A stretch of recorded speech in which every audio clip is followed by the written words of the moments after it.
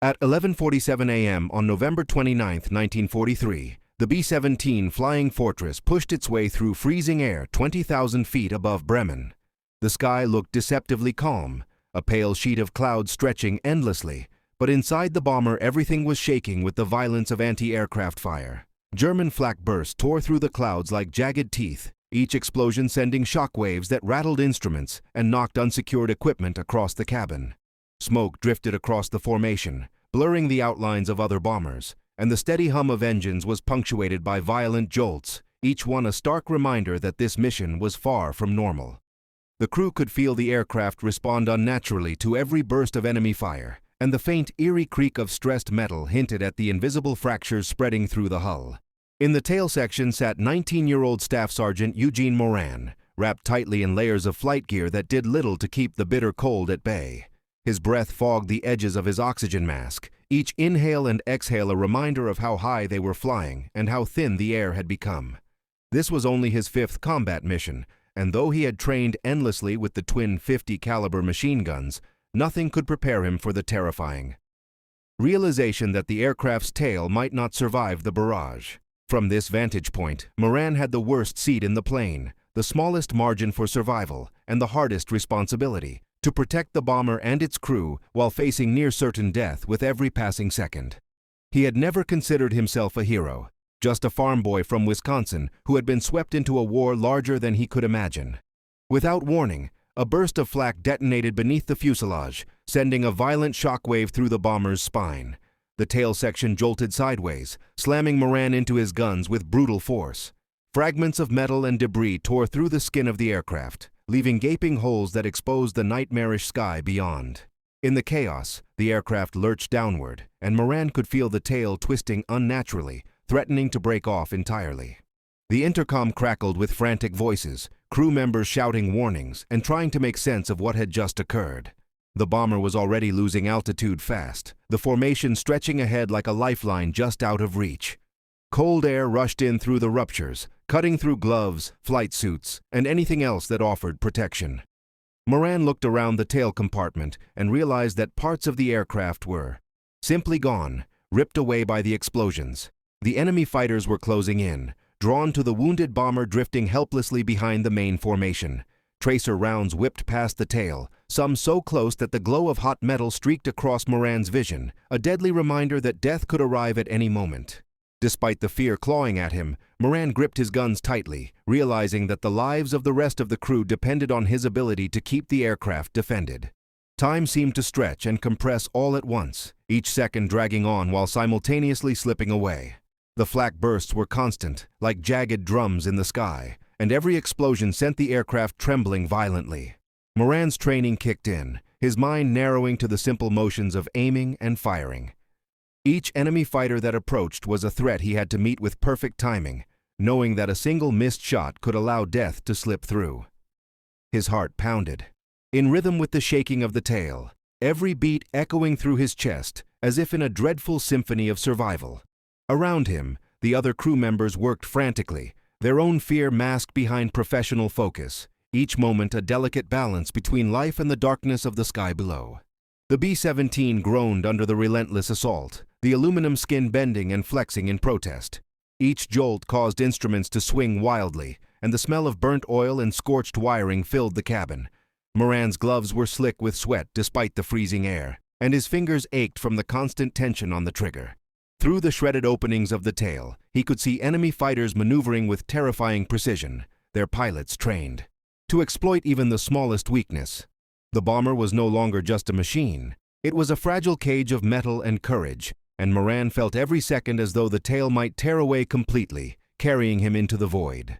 In those endless moments, the sky seemed to twist into a nightmarish canvas of smoke, fire, and tracer fire.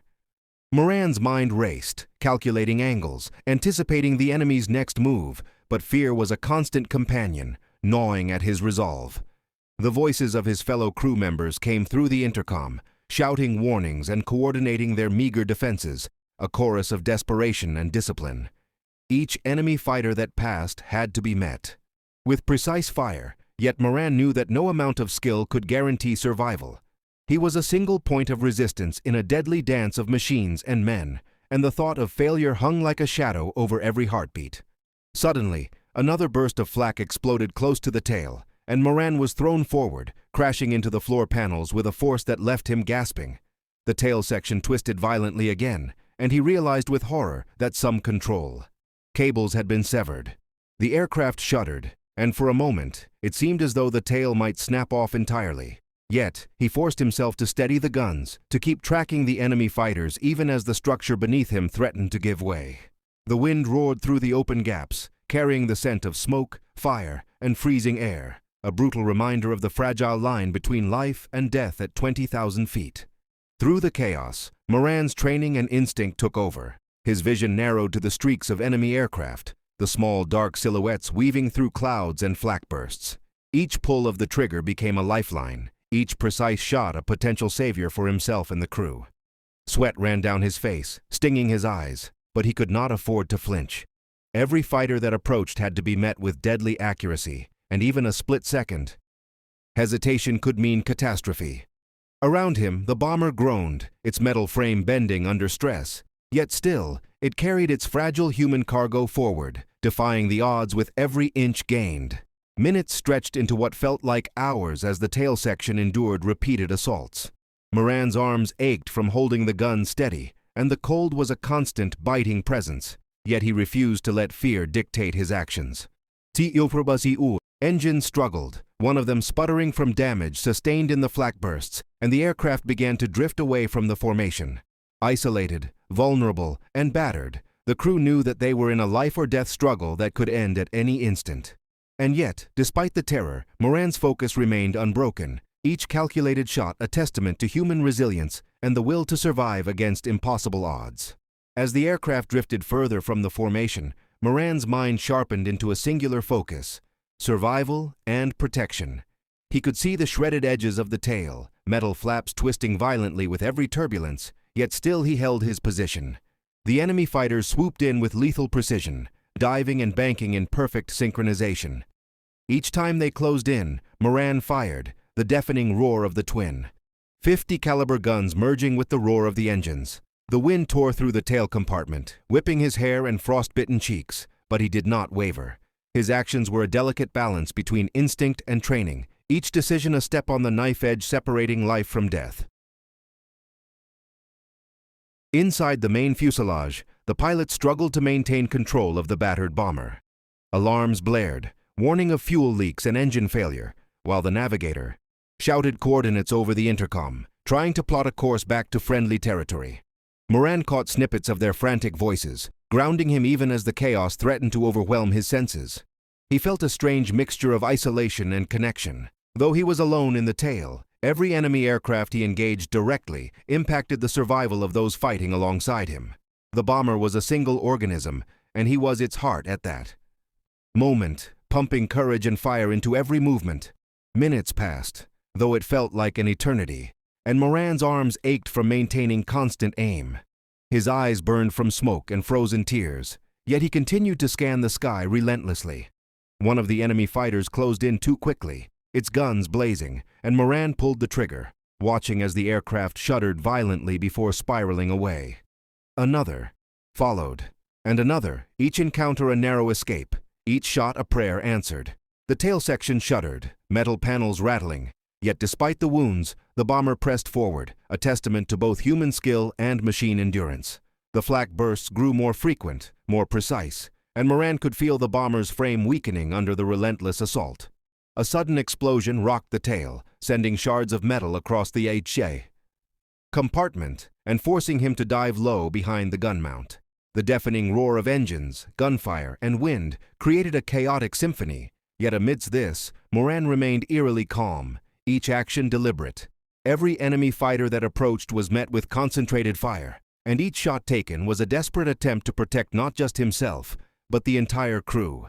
The weight of responsibility pressed upon him, yet he endured, driven by sheer instinct and the unspoken bond with his fellow airmen. Time blurred as the tail continued to twist and shudder violently. Moran's thoughts oscillated between fear and resolve, every second stretching into an agonizing eternity. The bomber's engines groaned, warning of imminent failure, and the surrounding sky was a chaotic blend of smoke, flak, and enemy aircraft. Yet he did not falter. The machine guns roared in response to each threat, the sound vibrating through his bones. Despite the isolation and the seemingly impossible odds, Moran held his post, his body trembling from cold, fatigue, and adrenaline. In that moment, the line between man and machine blurred, and survival became a test of endurance, courage, and sheer willpower. The tail continued to twist and groan with each passing second, yet Moran refused to let exhaustion dictate his actions.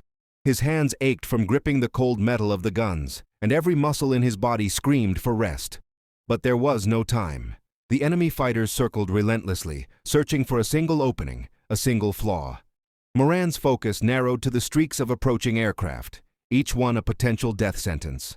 And yet, with every precise pull of the trigger, he managed to repel them, buying precious seconds for the bomber and its crew. Around him, the shattered remains of the tail served as a stark reminder of how close they were to disaster, and yet, impossibly, they pressed onward. Through the deafening roar of engines and gunfire, Moran could hear the faint voice of the pilot giving instructions over the intercom, guiding the crippled bomber toward safer skies. He realized that despite the overwhelming odds, the crew had not lost hope, and this quiet determination fueled him in turn. Each enemy fighter that passed, damaged or forced to retreat, was a small victory, a defiance of the odds stacked impossibly against them. The tail, though weakened and scarred, had become a theater of human courage, where skill, instinct, and willpower combined in a desperate bid for survival. Minutes felt like hours as the battle raged on. Yet Moran remained vigilant, scanning every inch of the sky for threats.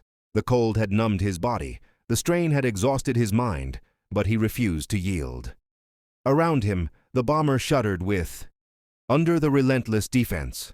The bomber, battered and scarred, had survived the gauntlet. Moran's body shook with exhaustion and adrenaline, his arms trembling but still holding fast to the guns. The tail section, though damaged and unstable, remained attached, a testament to both the machine's resilience and the courage of the men within it. For a moment, silence replaced the chaos, the wind rushing past the open gaps in the tail carrying the smell of smoke, oil, and freezing air. Finally, as the bomber limped back toward friendly territory, Moran allowed himself a brief glance at the horizon. The sun was beginning its descent, casting long shadows across the clouds, and the world below seemed impossibly calm compared to the storm they had survived. The crew, shaken but alive, began to recover from the near-impossible ordeal, each man silently acknowledging the role that courage, skill, and sheer will had played in their survival. Moran, still gripping his guns, felt a deep sense of awe at the fragility and strength of life in the midst of war. The B-17 Flying Fortress had endured, and so had he, a tail gunner who had faced impossible odds and lived to tell the story.